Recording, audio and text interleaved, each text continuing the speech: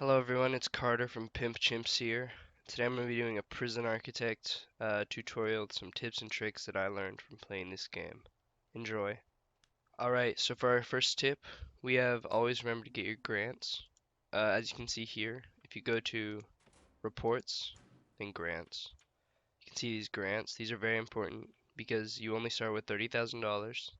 You're going to want to get a few of these. You do have to fill them out though, as you can see. If I click those two, you can only have two at a time until you research.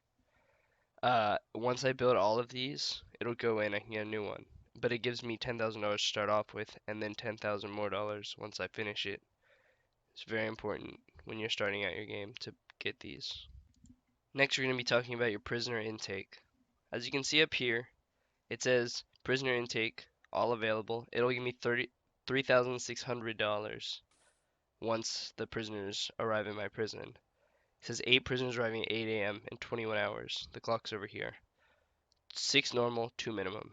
If you want some extra time to build your prison, or your prison's full, you can turn off prisoner intake by going reports, intake, and then you can do closed.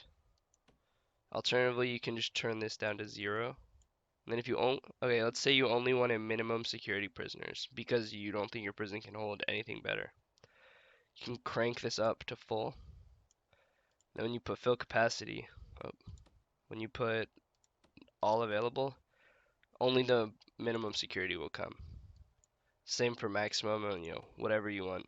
There's no maximum right now because I just started, but that's the ratios. Once you've built your prison, instead of jumping straight into building cells, you need to build a warden's office first. You can do this by going to foundations, building concrete or brick, whatever you prefer. Then you're going to highlight a 6x6 area. So you need to compensate for the walls, because the walls take up one space on each side. Then you need to put a door so that it can be accessible as a room. Once you've done that, you need to put an office desk, a chair, and a filing cabinet in the room. After you've done all of this, you can go to rooms, and then you go to office. You highlight the area, and when you let go, it should load in. Office. So you've done this, you're going to go to staff, and then warden. You can only have one warden.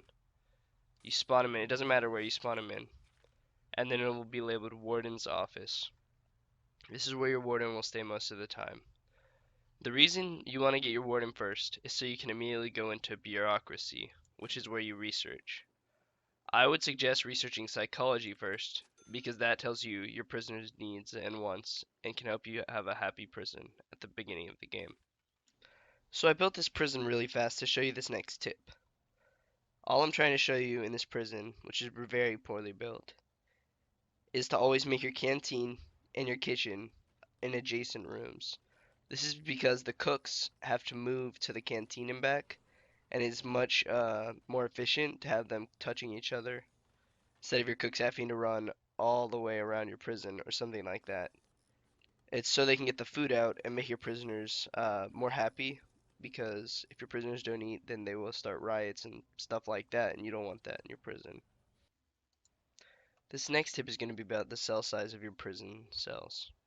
So you're going to want to make all of your cells 2x3s. In a game where money is limited, but I have unlimited funds on in this prison.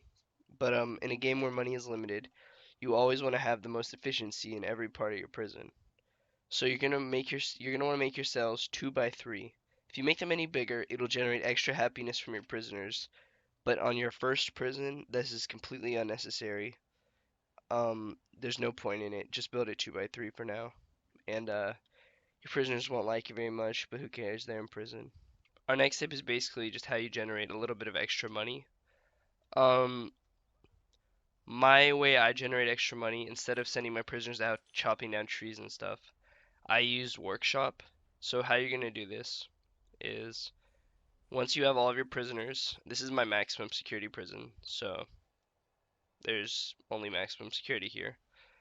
I can go to my regime, or my reports, sorry, and I can go to programs, workshop, safety introduction. After that, they can go to like all these other programs that'll make you some extra money. But once you put start on this, it'll find a time in your prisoner's work time on the regime. It'll do work time, and they'll go to the workshop. And right now they're just learning. Later it'll generate me a lot of extra money, and that's very useful down the road. You can also use that time for them doing their own laundry, things like that, just to, because they're in prison, so you can make them do whatever you want them to do, and they don't really have a choice. Our next tip is going to be about the regime. So once you go to reports, go to regime. You can see all of your prisoners' schedules. Um, Over here you can select what the job is. So let's say I want them to have more free time, I can just do that. Um, but you do want to make them have the maximum amount of happiness. If you go to needs, it'll say all of the prisoners' happiness, or their needs, like what they want. To make their needs the lowest, so like satisfy their needs, you're gonna want to have 2 shower times. I prefer having 2 eating times, but I know there's a way where you don't need that. I don't give them very much free time since it is a maximum security prison. They sleep for 7 hours. That usually keeps their like sleep levels pretty good. Uh, and then I let them visit. Never mind, I don't have recreation. But over here, you can select normal security or maximum security. So let's say I wanted my normal security prisoners to be eating, but my maximum security prisoners to be having free time, so that they don't interfere with each other and fight. I can do that, and it'll make 2 separate regimes. But in this prison, I'm just going to keep it the same. That can be very useful to stop most fights.